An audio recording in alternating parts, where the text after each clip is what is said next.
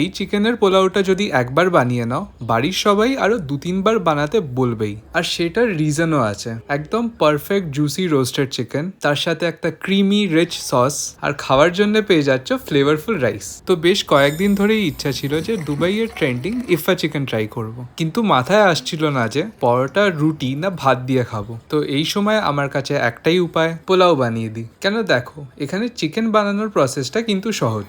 দই মশলাপাতি দিয়ে চিকেনের গোটা লেগ পিস আধ ঘন্টা মতন ম্যারিনেট হবে। তারপর রান্না করার জন্য কড়ার মধ্যে অল্প তেল দিয়ে মাঝারি আঁচে ঢাকা দিয়ে রোস্ট করব। এবার ডিম, চিজ আর দুধ দিয়ে ইফা চিকেনের একটা সস বানিয়ে নেবো। ক্রিমি টেক্সচারটা জাস্ট দেখো। চিকেনটা কিন্তু পুরো সেদ্ধ করব না, 80-90%। আর চালের ব্যাপারটাও আমি একদম প্লেন পোলাও রাখতে চাইনি। মিডিল ইস্টে একটা মান্ডি বলে জিনিস হয়, যেটা রাইসটা জাস্ট দারুণ খেতে। তাই ওটার থেকে একটু ইন্সপিরেশন নিয়ে মান্ডি রাইসের যখন জলটা শুকিয়ে আসবে, ওপরে রোস্টেড চিকেনের পিসগুলো দিয়ে দেবো। তারপর সসটা দিয়ে 10 মিনিট দম দাও, আর পোলাওয়ের গন্ধটা শুকেই বুঝতে পারবে যে খেতে কতটা ভালো হবে।